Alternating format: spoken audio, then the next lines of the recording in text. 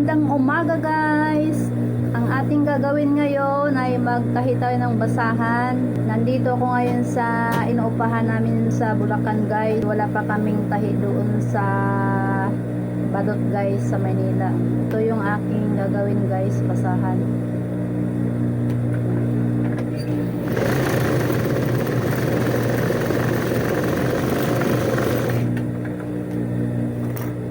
Magpaano tayo guys, kasi ibibinta ko yun sa Balot. Ayan, ganyan. Mayroon nagpa-order doon ng bibilihin niya doon sa Balot. Balot, Tondo. Kaya gagawa muna tayo guys, parang malibre na yung ating pamasahe guys.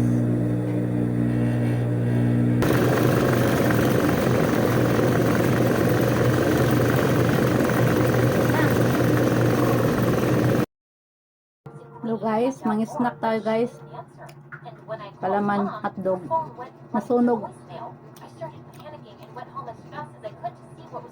Nagutom ako sa pagtahi ng basahan guys.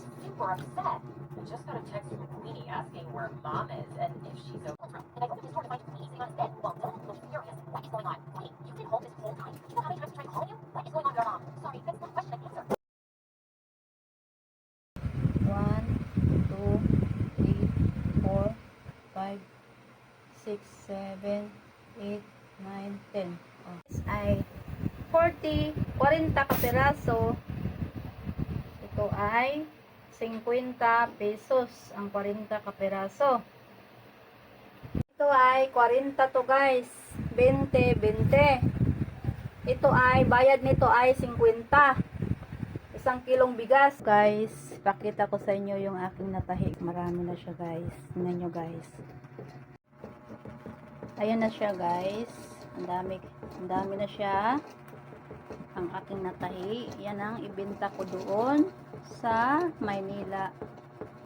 Kasi sayang naman yung tela guys. Pag itatapon lang guys. Yung mga tira-tira namin. Yung may tahian pa kami dati guys. Kaya sayang, hindi namin tinatapon. Yan, bibenta na namin doon.